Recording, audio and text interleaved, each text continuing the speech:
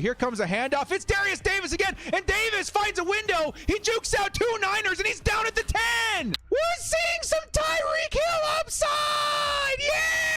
Want to watch football without the restrictions of blackouts or cable? Check out expressvpn.com to help you get access to all the live games. Sign up today using the link in the description to get 3 free months. Kia ora, Boat fam, it's the director. Chargers fans, what a game yesterday, man. It's hard for me to go about my day lately without just big, stupid smile on my face. Just, How are you guys doing out there, Boat fam? How are we feeling on victory? What is it today? Victory Saturday? Kind of an odd one there, but it is the preseason, and you know what? We do have reason to celebrate. What a great note, man. I put this on social media yesterday. What a fantastic note to end on for the preseason, for training camp, for just the hope that these Chargers are finally coming together and becoming that team that so many of us envisioned when it was assembled. I would say even dating back to last year. This game really pulled everything together, showed us the impressive mind of Kellen Moore on the offense, the impressive effort by the depth players on this team who were going up against the ones of the San Francisco 49ers for a lot of this game, as well as just I feel like everything's just finally starting to fit together like a puzzle and really bring in that energy and confidence for the Chargers players, as well as I'm sure for the fans at this point. Absolutely fantastic effort, and it took me a minute to kind of list down and realize just how many good things came out of this game that will have at least some sort of translation into the regular season, and of course cuts, which that's kind of jumped up on me, man. I think the roster needs to be cut down to 53 by Tuesday. It's going to be a tough order for those Chargers coaches and office. So before we do get started with that, though, guys, hit us up with a like and sub. And actually, let's shout out to the sponsor first. Underdog Fantasy had so much fun in the preseason. I hope a lot of you guys, especially that haven't tried Underdog yet, had an opportunity to get your feet wet in the preseason. If you missed out, do not worry. The regular season, where the games certainly start counting more, is going to be hitting here in the next couple of weeks. Very exciting stuff. And we do have a couple more preseason games this week. And if you guys want to jump in on that, use code DIRECTOR to match your first deposit up to $100 to get in on the action that way. Now, before we do get started and talk about some of the cool things that we saw in this game, including Kellen Moore, hit us up with a like and sub if you guys do enjoy this Chargers content. Small amount of time you guys take to hit the like, sub, and bell notification helps me out a lot. Let's jump into this awesome game, man. Lights, camera, action.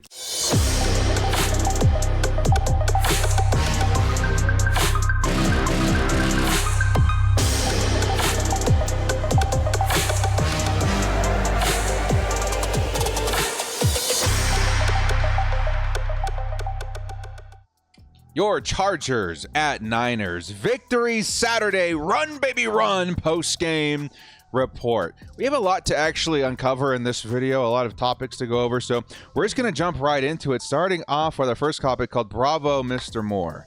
Bravo. All right. I think this is one of the best examples I've seen all offseason long, where we got to see Kellen Moore really take action, really take control and have authority over this offense, man. It was absolutely fantastic to see. Now, a lot of you will remember in this game that Easton Stick and Max Duggan, those guys were poo-pooing all over the field when it came to the passing game. I think the Chargers, it said on the stat sheet, they ended with under 40 passing yards for the entirety of that game in which they won. What was it, like 22 to 12 or something like that? Ridiculous. 23. Ridiculous. To think that the Chargers didn't put up more than, 40 passing yards. And I think that actually says more about the skill set and strengths of Kellen Moore than the weaknesses of the quarterback. Because the Chargers found success despite that. What Moore said was, okay, the quarterbacks, they can't throw worth spit tonight. What we're going to do is do what they do best, what they feel comfortable doing. We're going to build that confidence, and we're going to win this game. And that's letting the quarterbacks run. Letting the running game take over this game and letting the QBs take off and generate yards how they feel comfortable. And there's so many instances. I think if you take a look at the first drive by Max Duggan versus the follow-up drive, there was a lot more confidence in that QB play the second time around once he had the confidence of Kellen Moore to say, hey, man, we know you're struggling. Run the ball. We know you feel good running the ball. Let's get some yards. Let's win the game. And it really does feel like that ultimately is what resulted in a Chargers victory. and I can't understate this enough, guys, to win a football game in the NFL, preseason or not, with only 40 passing yards and win by, 2 or more possessions is absolutely ridiculous. So Kellen Moore, he displayed a fantastic, brilliant understanding of personnel strengths and weaknesses. He found a way to creatively maneuver that despite, what a lot of other OCs would tell you, like a Joe Lombardi, like, hey, this is what we're running, and you're going to have to adapt. I think a great OC, a very great OC, is going to adapt themselves and work with with what they got on their team. And I really do feel like Kellen Moore just gave us the best look possible to what we should expect in the regular season. Absolutely fantastic. Next up, we got to talk about one of the quarterbacks. I almost said running back for a reason. One of the quarterbacks that Kellen Moore had to work with this last weekend, and that's Max Duggan. This segment called Max Tebow Duggan. I think a lot of us were having fun with this on the stream yesterday.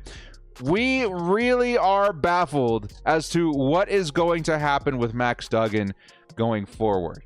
Okay, what are the Chargers going to use him for? They drafted him for a reason. I feel like the upside as a passer is certainly not being met right now. He's not good in the pass, maybe even at all right now, but the dude can run. The dude can take off. And what's funny is I just saw the documentary on Netflix maybe 2-3 days ago of the 2008 Florida Gators. You guys know that infamous team with Urban Meyer and Tim Tebow and, Brandon Spikes, et cetera, et cetera. Very, very, very impressive program they had that year, or that era. And I think a lot of it came from behind the play of Tim Tebow, who, again, he was definitely a lot better in the past, which is saying something because Tebow wasn't that great. But he was utilized a lot as a runner. And I saw a lot of Tebow and maybe even Taysom Hill in how the Chargers rolled out with Max Duggan in last night's game. Is that a preview of what the Chargers could possibly utilize him as going forward? Is he less of an Easton Stick? Is he less of a passing quarterback and more of like a utility quarterback like we're seeing, every now and then with a Tebow, with a Taysom Hill? I think if I were Kellen Moore and I saw the options laid before me, I would probably lean in that direction. I like what I saw out of Max Duggan when he had the ball in his hands and he was running on these design quarterback plays. I did not like Max Duggan when he was asked to throw the football, which was very few times after that first drive. So I don't know, man. You guys let me know what you think of Max Duggan. I think if the Chargers keep him on the 53, they'll probably roll him out a few more times at tight end, as a receiver, as a running back, because I think we do have something there. And I don't want that round 7 pick to go to waste. That could have been used to trade for Isaiah Simmons, come to find out. Let's get Max Duggan involved, even if it is for that specific role. Next up, probably the most hype thing for me of this entire video. I hope that we don't get a slap on the wrist for this, but I'm just going to show you guys a tweet from yesterday. This is me hyping the crap out of this play. I says, I know sometimes I can get overhyped, but we're seeing some serious Tyreek Hill upside.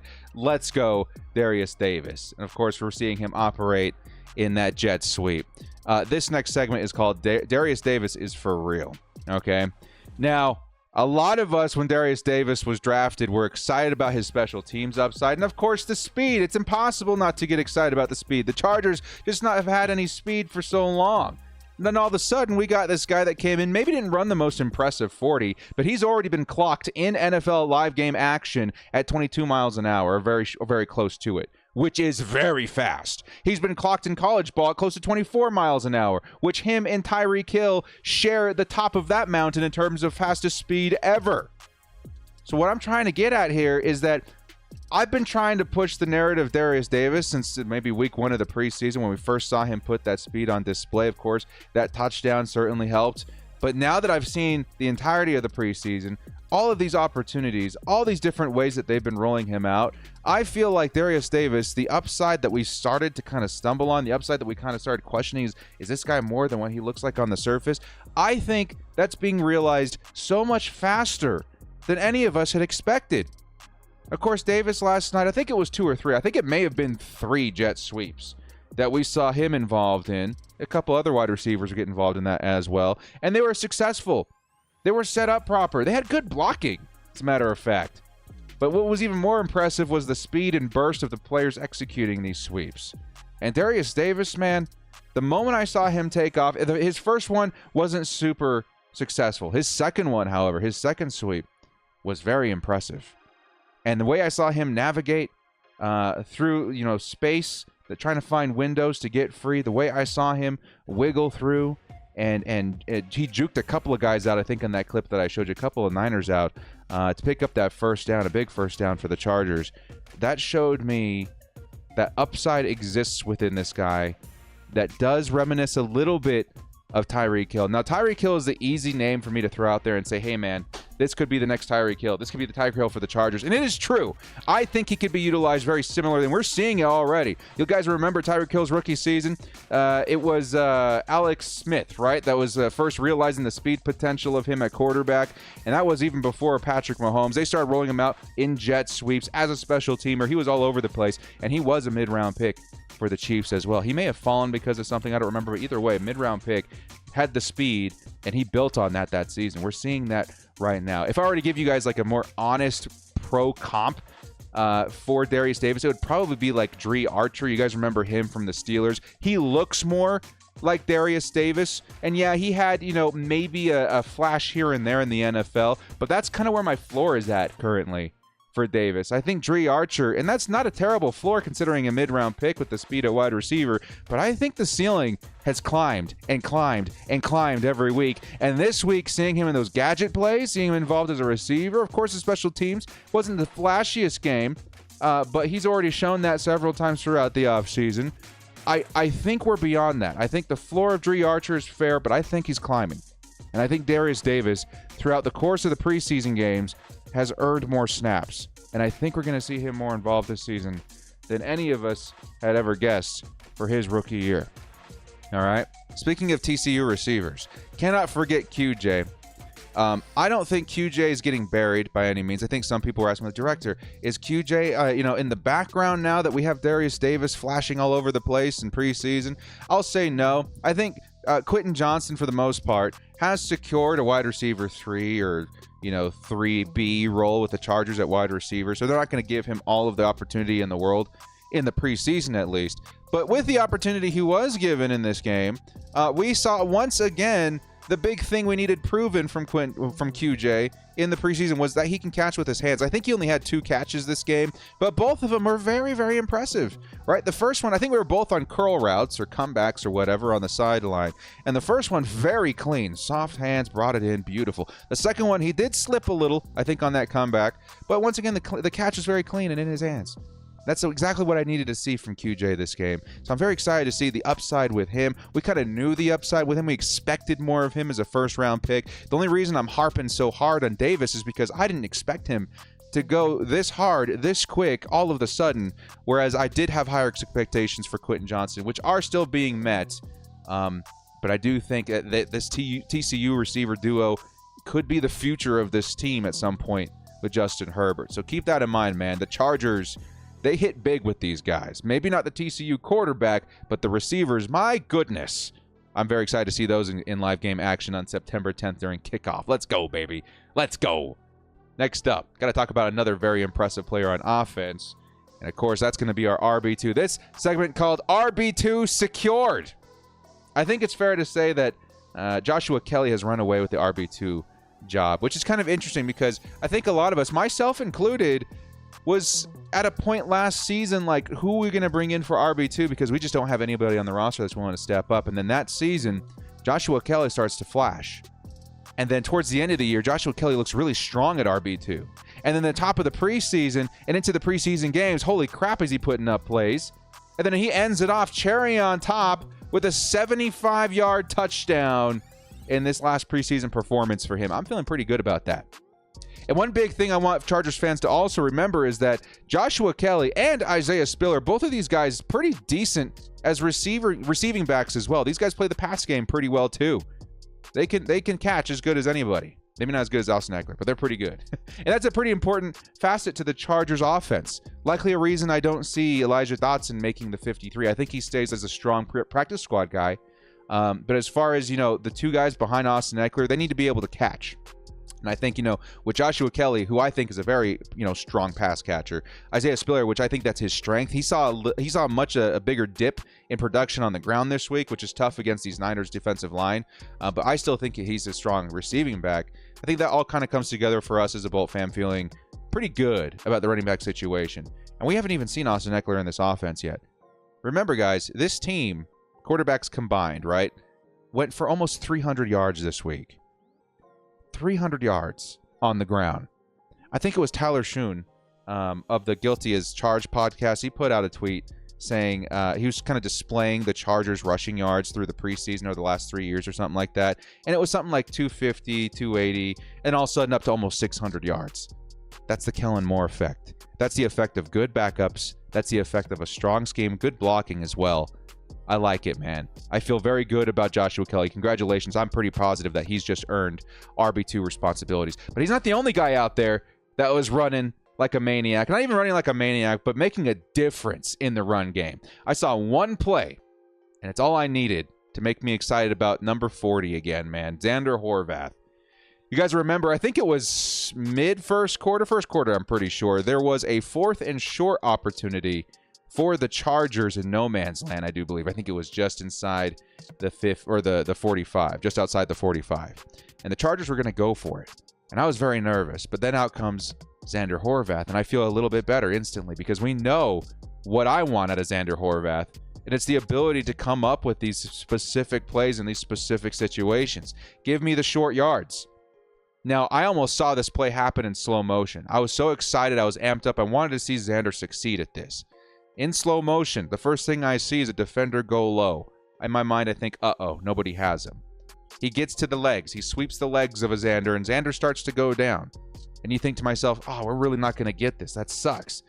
And Xander somehow miraculously, without even catching himself, almost catapults himself with his other foot and pushes himself past the line using that big frame, that big power at the fullback position, and he does convert. And to a lot of people, that play may have gone unnoticed, right? It's a big 4th down, yes, but the effort behind that play, the circumstances of nobody blocking the low defender that swooped him, that swept his legs and tripped him up, basically, and him still able to make that through his power and that effort tells me that, my God, I want to see more. I do. I wish we saw more of Xander Horvath. I hope to see more, and maybe just like last season, you guys remember we didn't see a lot of Xander Horvath until week 1 of the regular season, where he puts up the first touchdown of the year, and then he follows it up the next season or the next game with another touchdown. I'm hoping that Kellen Moore is holding this man close to the vest and says, hey man, secretly we've got a power back. We're just not going to show it off until the regular season. I don't want people to be ready for that from us.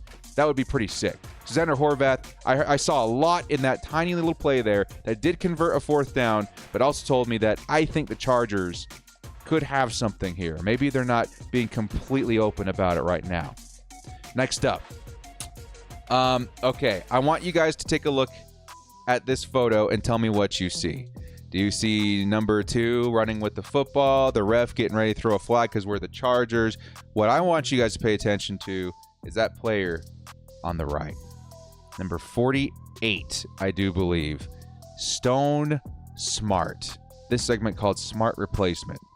Now, all off-season long, I feel like the narrative of backup tight end has been in the foreground, at least for the Chargers organization, right? They're looking for a guy that can come in there and block. Trey McKitty was drafted a couple seasons ago to do just that, and I think he's been not so great at that. I think he's been well below average as a blocking tight end.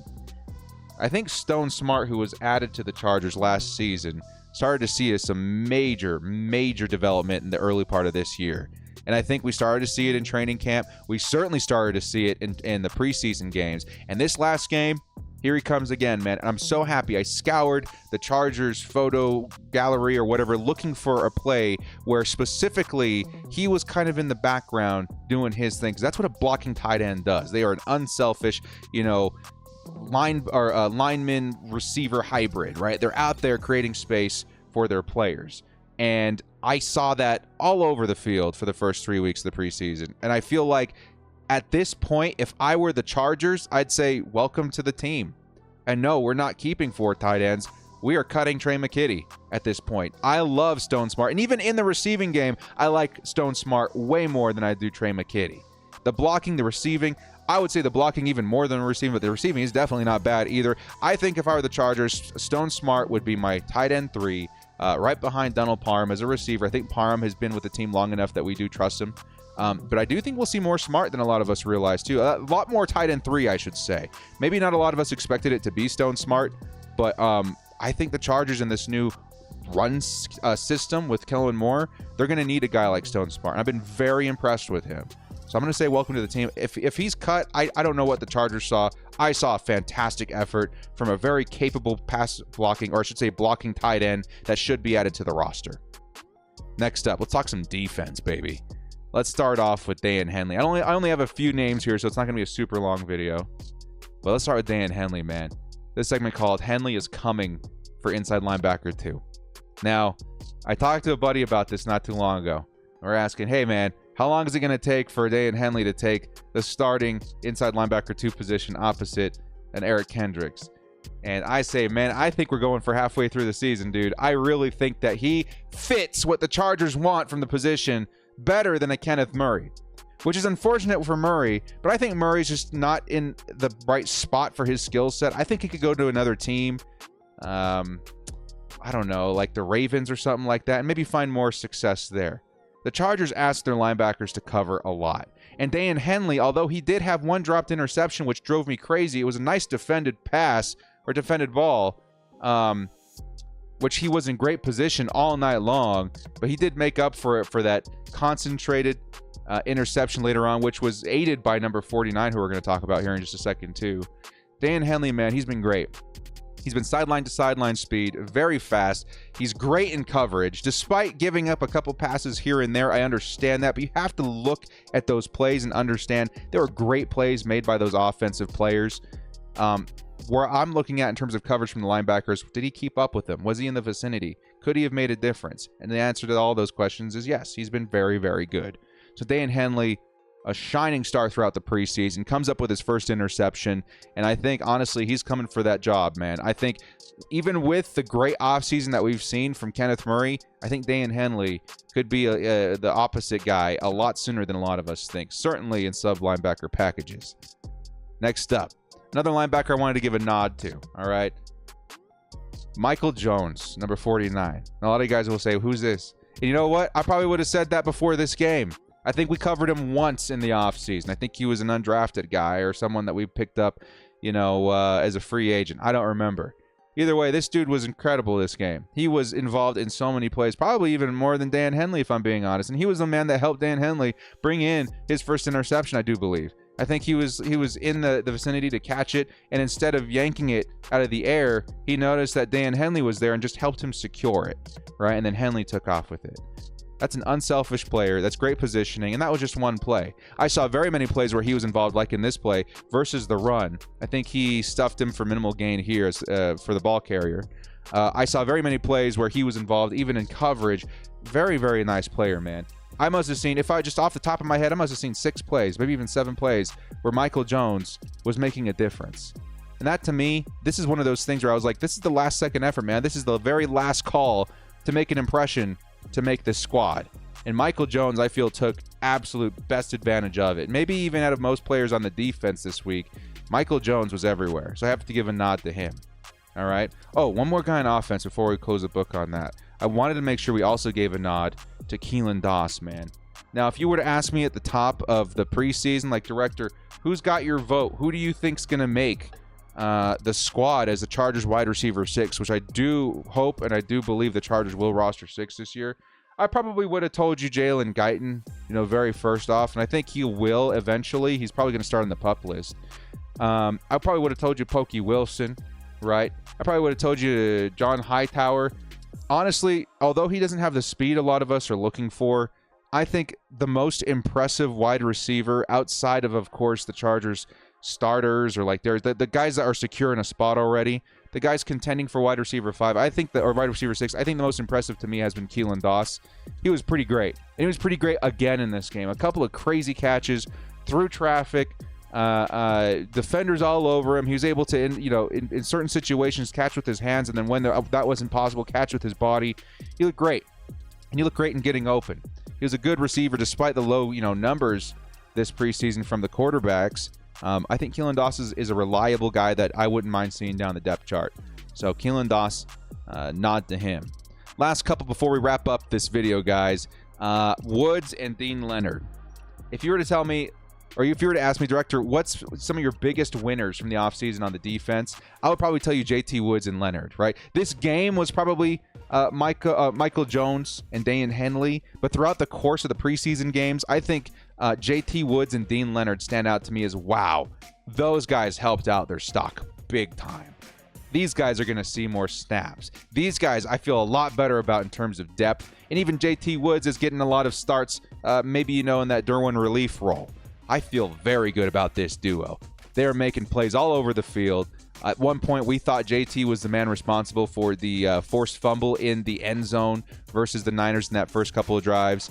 It turns out I think it was somebody else, but still, he was very involved. His tackling looks phenomenally better. One of the biggest problems I had with him last season was that tackling. It looks way better this season. Same thing with Dean Leonard, and a trait that they both share in terms of improvement has been their coverage, especially their positioning. I feel like these guys, just a matter of time. I think they're going to climb together over time. And at Jasir Taylor, you can maybe push him in that group a little bit too. Didn't see as much of Jasir this offseason as I was hoping. He was very good, but I think the two that stood out even more to me was Dean Leonard and Woods.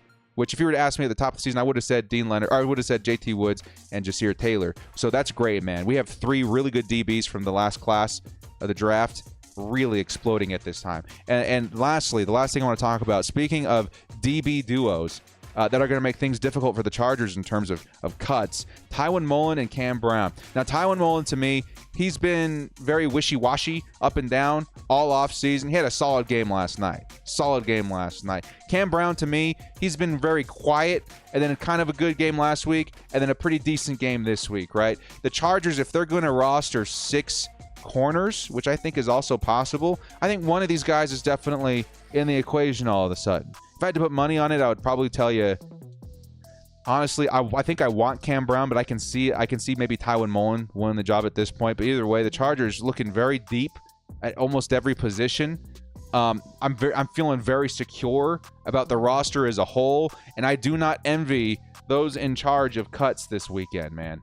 The Chargers have to cut down the roster to 53 by Tuesday, I do believe. That is going to be difficult, seeing as this is one of the very, very best Chargers preseasons I've seen in a long, long time, and there's talent all over this roster. If anything, I hope we get to maintain a lot of these guys in our practice squad. Of course, they can get signed to a team elsewhere, but for the most part, we got a solid group of guys here, man. Very excited. You guys let me know what you learned in this game, what makes you excited from this game specifically, and guys that you really hope do make the 53. Guys like Tywin Mullen, guys like Michael Jones, who I think had an awesome effort last night. I think the biggest guy that climbed for me was Stone Smart. I fully expect Stone Smart to make this roster. Jared Clark, et cetera, CJ Okoye. There's so many guys to talk about that we don't have time for in this video that are going to be real difference makers if the Chargers can make room for them. So you guys let me know. And that also puts, questions in the foreground about guys like Max Duggan. Are we going to keep Max Duggan, who struggles and might only be a gimmick quarterback, in favor of a guy who maybe really deserves it, like Jared Clark or Stone Smart?